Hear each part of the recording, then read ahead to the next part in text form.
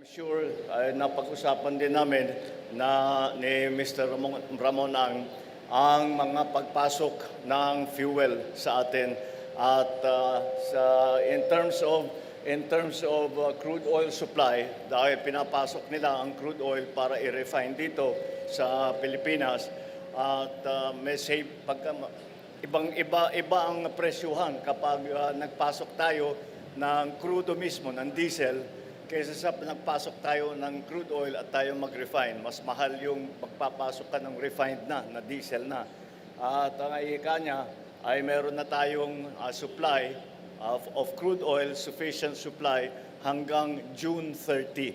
Pero patuloy pa rin ang ating paghahanap ng supply, patuloy pa rin ang ating pagsuporta sa ating mga commuter para naman mabawasan ang bigat ng epekto nitong nagkakagulo sa Middle East. Okay? Maraming salamat. Magandang umaga sa inyo.